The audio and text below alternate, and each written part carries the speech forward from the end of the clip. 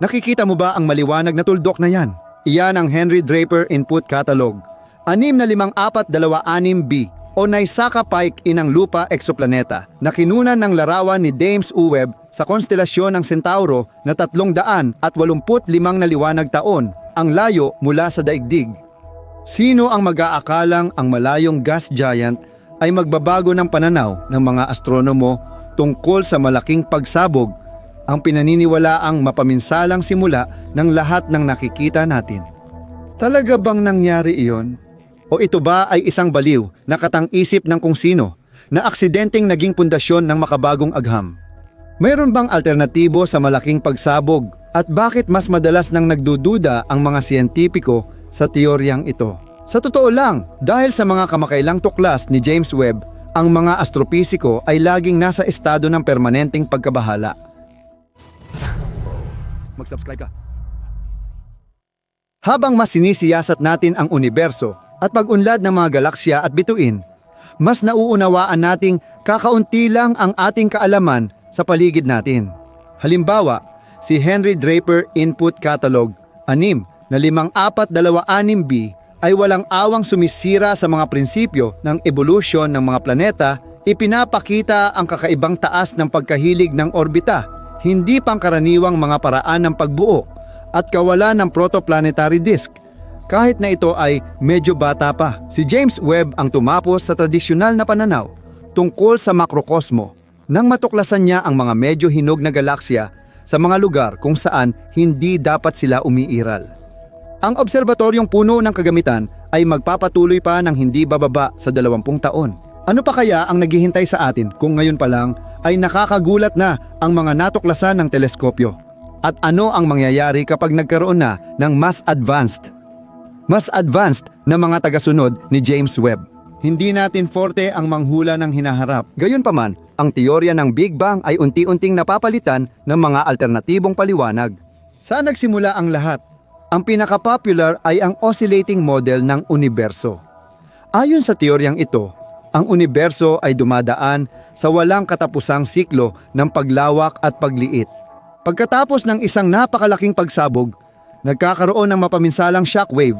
Nagsisimula ang mahabang panahon ng paglawak, ngunit sa huli ay nagkakaroon ng gravitational collapse. Ibig sabihin, unti-unting sumisikip ang universo. Kung tatanggapin natin ang teoryang ito bilang isang aksyoma, lalabas na ang Big Bang ay hindi isang natatangi, kundi isang karaniwan at pang-araw-araw na pangyayari. Maraming astropisiko ang naniniwala na ang modelong ito at ang mga katulad nito, tulad ng Big Bounce, ay mga pagtatangkang pagsamahin ang grabidad at quantum mechanics na itinuturing nilang spekulasyon. Pero paano natin malalaman kung gaano katotoo ang teorya kung hindi naman natin alam talaga kung saan nagsimula ang mga pagdududa sa nakasanayan at komportableng teorya ng Big Bang? Bakit hindi na lang tayo makontento rito at itigil na ang paghahanap ng mga kaduda-dudang alternatibo? Sa unang-una, naaapektuhan ang sitwasyon ng iba't ibang anomalya na paminsan-minsan ay natutuklasan ni James Webb gamit ang kanyang napakagaling na instrumento na NIRKEM sa kailaliman ng kalawakan. Ang mga ito ay sumisira sa prinsipyo ng kosmolohiya dahil ang kanilang katangian at kilos ay hindi tugma sa pamantayang modelo. Ayon sa teorya ng malaking pagsabog, hindi dapat magkaroon ng mga hinog, matanda at lalo na mga patay na galaksya sa maagang universo. Pero noong 2024 natuklasan ng James Webb Space Telescope ang ZFUDS 7,300. 29 na matatagpuan mga 13 bilyong liwanag na taon ang layo mula sa atin. Naalaman sa pag-aaral na natapos ang pagbuo ng mga bituin sa sobrang higanting galaksya 800 milyong taon matapos ang malaking pagsabog. Ito ay nagtutulak upang pagdudahan ang pagiging totoo ng tradisyonal na kosmolohikal na modelo. Saan kumuha ng lakas at enerhiya ang batang universo upang makalikha ng ganoong kalaking kumpol at pagkatapos ay tapusin ito? Ano ang responsable sa gravitational na interaksyon at pagbuo ng mga galaksya sa makrokosmo? Sa mga kinikilalang teorya, isa sa mga pangunahing sangkap ay ang madilim na materya. Kahit hindi pa napatutunayan sa equation ni Belly, hindi mawawala ang panimulang kaalaman na nabanggit. Pero nang natuklasan ng James Webb Space Telescope ang kakaibang galaksiyang ito, napaisip ng malalim ang mga astronomo. Ang tinutukoy ay ang JATES 13-1 Z13-1 na natagpuan noong 2024 tulad ng katumbas nitong galaksiyang New General Catalog. 1052 DF. Dalawa na naitala noong 2000 at 18 ng mga siyentipiko mula sa Universidad ng Yale. Gamit ang teleskopyong Dragonfly, nakakaranas din ito ng matinding kakulangan ng mahiwagang madilim na substansyang ito. Ang diametro ng natatanging bagay na ito na nabuo lamang makalipas ang 330 milyong taon pagkatapos ng malaking pagsabog ay humigit kumulang 2,000 liwanag taon. At ang masa ng JATES Z13-1 ay hindi kapani-paniwala para sa mga unang galaksya at umaabot sa humigit kumulang 100 milyong beses ng masa ng araw. Pero hindi ito ang pinakakamangha-mangha. Ayon sa tradisyonal na modelo, humigit kumulang 27% ng masa ng bawat galaksya ay dark matter dahil mahalaga ito sa pagbuo nito, pero hindi sa pagkakataong ito. Matapos ang maraming ulit ng pagkalkula na palaging nagbabago ang resulta, natuklasan ng mga astronomo na ang bahagi ng dark matter sa JATES Z13-1 ay hindi pangkaraniwan na mababa kumpara sa mga katulad na bagay.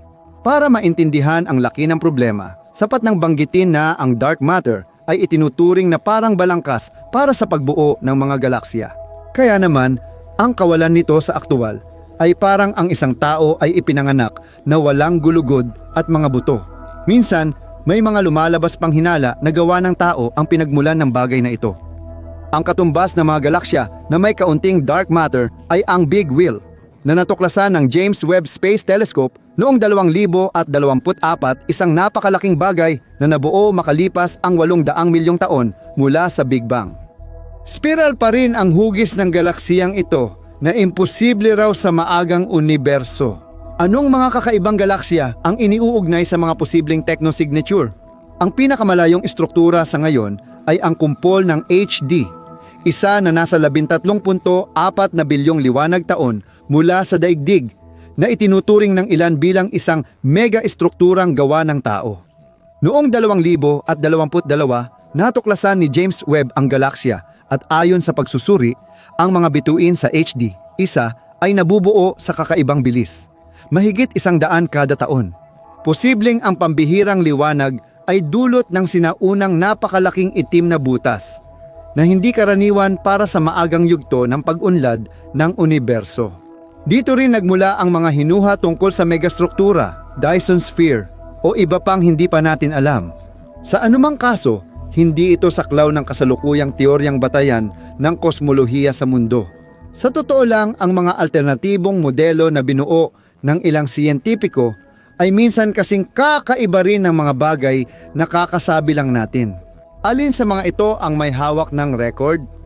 Hindi natin maaaring ibigay ang unang pwesto sa pinaka-orihinal na teorya sa iisang kandidato lang. Marami sila.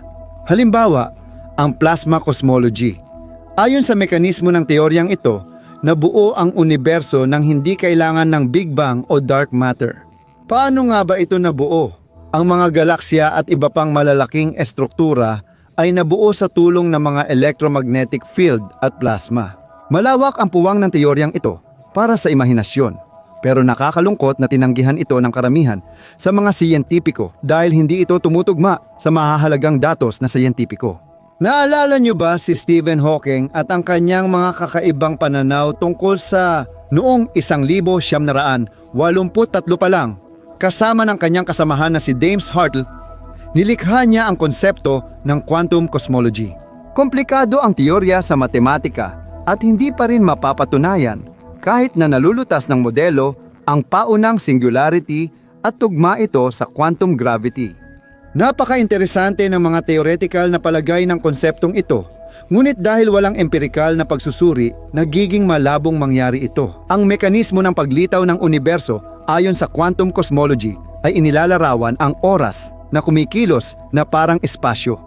Ang universo ay kusang nabubuo mula sa quantum na estado nang walang partisipasyon ng singularity at ang space-time continuum ay sarado parang isang globo na walang simulaing punto.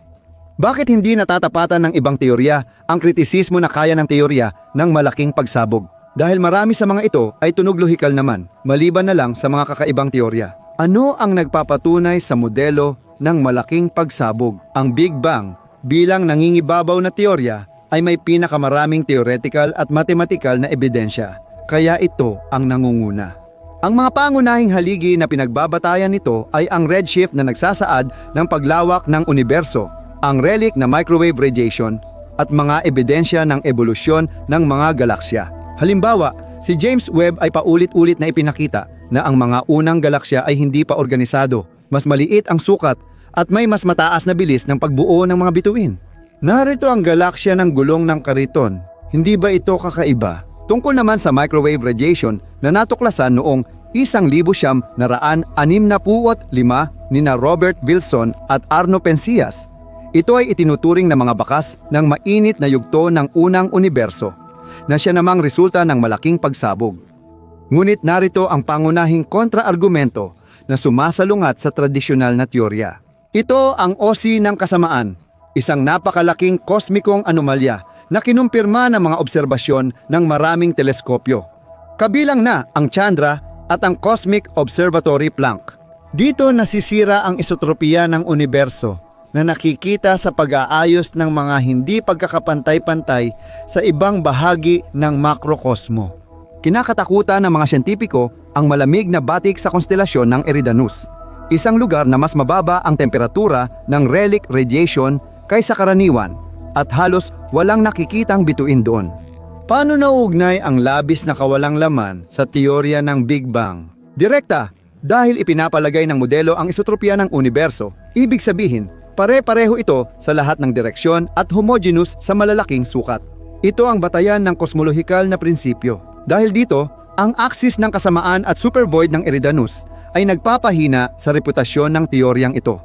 Halos imposibleng nagkataon lang ito. Hindi ito basta nagkataon lang, kaya nagiging estadistikal na mahalaga ang anomalya. Kung totoo ang aksis ng kasamaan, maaaring may prioridad na direksyon ang universo o baka umiikot ito. Sa alinmang kaso, kakailanganing muling suriin ang teorya ng Big Bang. Kung isasama pa ang mga natuklasang kakaibang galaksya at planeta ni James Webb, nagiging banta sa pundasyon ng pandaigdigang astronomiya at nagdudulot ng pagkataranta sa siyentipikong komunidad ang sitwasyon. Sa ngayon, diskusyon pa rin ang OSI ng kasamaan dahil hindi pa ito napatutunayang umiiral. Umaasa tayo sa mas produktibong trabaho ni James Webb na sa hinaharap ay magbibigay linaw sa misteryong ito. Gaano katagal magtatagal ang marupok na katatagan ng kosmolohikal na pundasyon? Maagang malalaking galaksya, kakulangan ng dark matter sa ilang bahagi ng universo, at ang issue ng singularity point kung saan hindi gumagana ang mga batas ng universo dahil sa walang hanggang densidad at init. Kaya ba nilang sirain ang mga bagay na matagal nang pinanghahawakan ng ating mga pananaw tungkol sa mundo? Maaaring tayong tumaya na ang tuluyang magpapabagsak sa theoretical na pundasyon ay isang hindi inaasahang tuklas na lubusang magpapabago sa classical na agham. Maaaring ito ay mga hindi mapapasubaliang ebidensya na tayo ay nabubuhay dito sa isang universo na simulasyon na ginawa ng isang mas maunlad na sibilisasyon. Ano ang palagay mo tungkol dito? Oh, sige, mga tagalupa, hindi pa dito nagtatapos ang video. May paparating pa tayong mga interesante at kamangha-manghang episode. Pero para patuloy ko kayong mapasaya, gamit ang lahat ng mga karakter sa kalawakan, kailangan ko ng inyong feedback. Madali lang naman ipahayag yan. Kailangan mo lang maglagay ng electronic na like sa ilalim ng video na ito dahil wala naman tayong ibang klase ng like at ituloy ang parirala na alam ko. Sa ganitong paraan, mapapatunayan yung tama ang ating direksyon. Huwag lumipat ng channel.